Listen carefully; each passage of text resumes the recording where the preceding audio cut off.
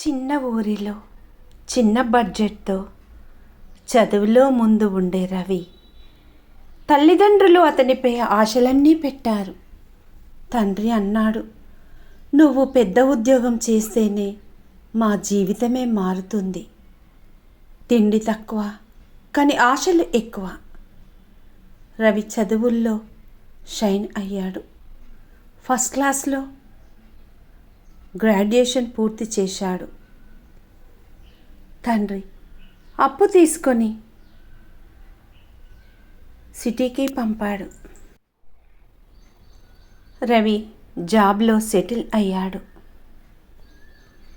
తల్లిదండ్రులకి నెలకు డబ్బులు పంపిస్తూ చూసుకునేవాడు.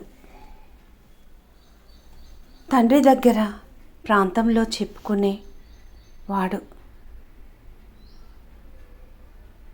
నా బాబు ఇప్పుడు చాలా పెద్దవాడు. కానీ ఆ బాబు పక్కనే ఫ్రెండ్స్ రూమ్లో ఒక్క చైర్ మీద బతికేవాడు.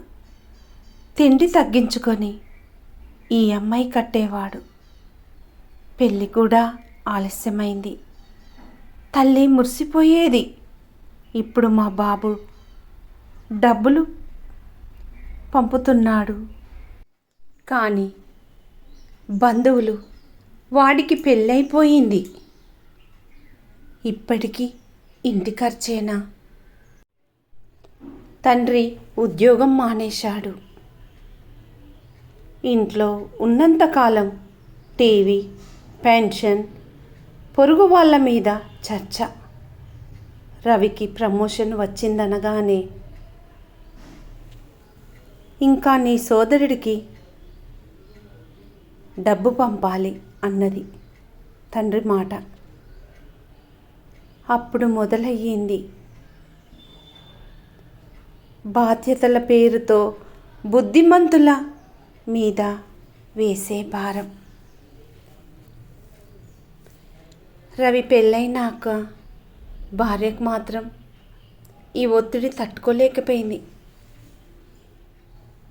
ఆమె మాటలు, ఇది నీ ఇంట లేక మా ఇద్దరి జీవితమా?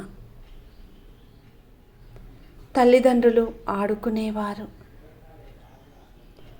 అదేంటి మా కోసమే బతికేది కదా. కానీ రవికి మాత్రం ఎప్పుడూ ఓ ప్రశ్న, నాకు జీవితం ఉందా, లేక నా కోసం ఎవరైనా బతుకుతున్నారా? సంవత్సరాలు గడిచాయి. తల్లి లేని లోకంలో తండ్రి ఒంటరయ్యాడు. రవి బిజీ ఉద్యోగం, పిల్లలు స్కూల్, భార్య ఉద్యోగం. ఒకరోజు రవి బెడ్రూమ్లో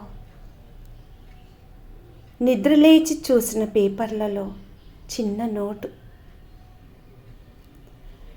నిన్ను మించిన బిడ్డ నేను ఎప్పుడు చూడలేదు, కానీ నన్ను మించిన తండ్రిని నీవు చూడకూడదని ఆశిస్తున్నా.